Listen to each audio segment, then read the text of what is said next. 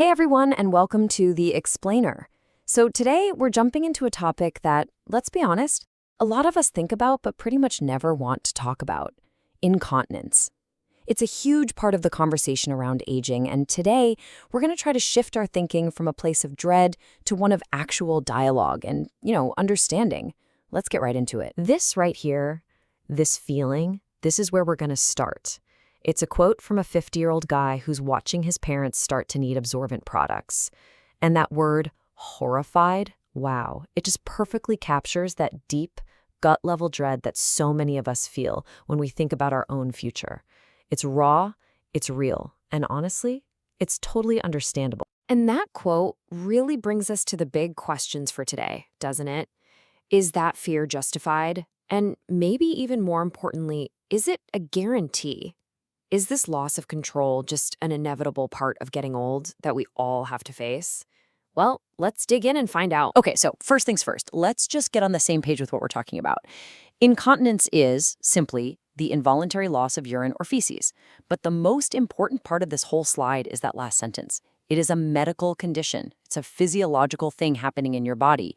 It is not a personal failing or some kind of weakness. Getting that straight is like step one. So instead of just sitting in that feeling of dread, let's talk about what we can actually do. This is where we start to take back a little bit of control.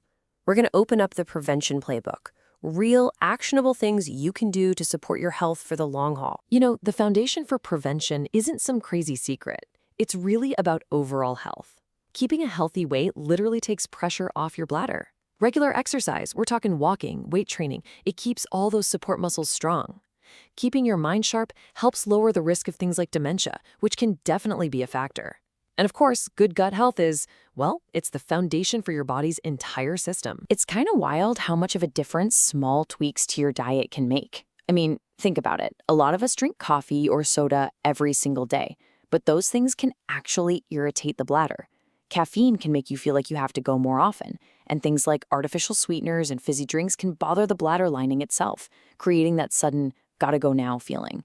Just cutting back can sometimes make a world of difference. Now, when we talk about specific exercises, pelvic floor therapy is the absolute king. Kegels are so important for strengthening the exact muscles that control everything down there. But, and this is a really big but, you have to do them the right way. If your form is off, you could actually make things worse. So seriously, getting some guidance from a physical therapist is a super smart move. Of course, prevention is not a one-size-fits-all deal. The path can look pretty different for men and women. For guys, a big piece of the puzzle is prostate health, because an enlarged prostate can press on the bladder. In that case, a medication like Finasteride might be a preventive option. For women, the physical changes from childbirth and the hormonal shifts during menopause are huge factors. Something like a prescription estradiol cream can be incredibly helpful for supporting urinary health through those changes. All right, we've talked about all the things you can do, what you can control. But we've got to be really clear here. That is not the whole story, not even close. So now it's time for a little reality check about all the factors that are totally outside of our control. The truth is, incontinence can be caused by so many different things. It might be from an autoimmune disease or the lingering effects of an old car accident, or a side effect from a medication you absolutely need to take. It could be linked to dementia, or hey, it could just be the genetic hand you were dealt. The point is, it is not always a reflection of your lifestyle. And really letting that sink in, that's how we start to kill the shame around it. Let's just look at the raw numbers, because they tell a really interesting story. By the time someone's 75, about 20% of people, that's 1 in every 5, are dealing with some kind of regular leakage. And by age 80, that number jumps to 35%. So this is not some rare fringe condition. It's a really common part of aging for a whole lot of people. So what does that data actually mean for us? It means that if and when someone gets to the point of needing absorbent products, it is not a sign that they failed at something. It's a sign that they're experiencing a normal physiological change that comes with living a long life. For so many people, it's just part of the human journey. So, given that reality, the biggest hurdle often isn't even the physical part. It's mental. It's about the story that we're telling ourselves.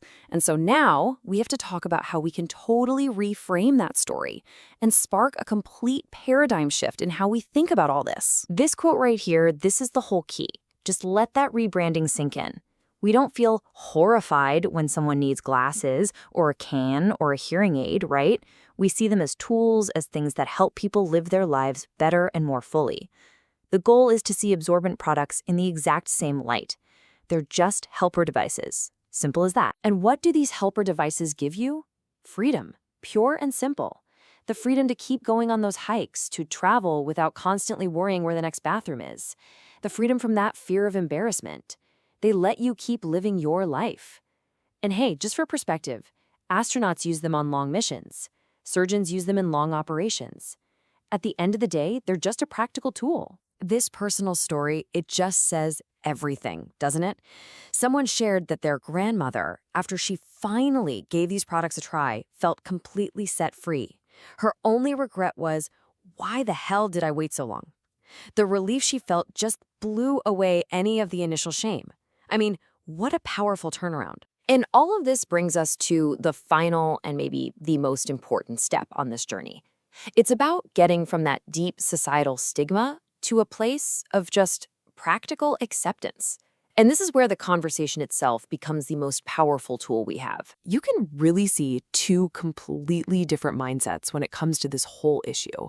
On one side, you've got the proactive view, seeing these products as tools for freedom, focusing on prevention, and just talking about it openly. But on the other side, you have that fatalistic view, the one that's rooted in that dread we started with, the one that sees this as some kind of horrible end-of-life indignity. Just seeing that these two mindsets exist is the first step to choosing the more empowering one. And what pushes us from one side to the other? It's what this quote is getting at. It was a response to Deion Sanders talking openly about his own health issues. And that's it. That's the key. Just the act of talking about it, dragging it out into the open. That's what helps all of us process and accept the realities of getting older. Dialogue is the antidote to shame. So, when you strip it all away, what are we left with? Yeah, prevention is great. Management is crucial.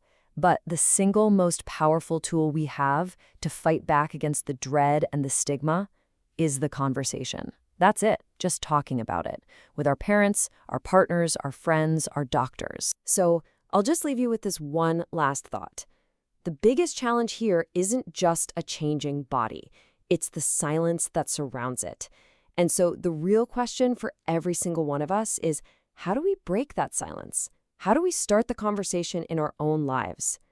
Thanks for joining us on The Explainer.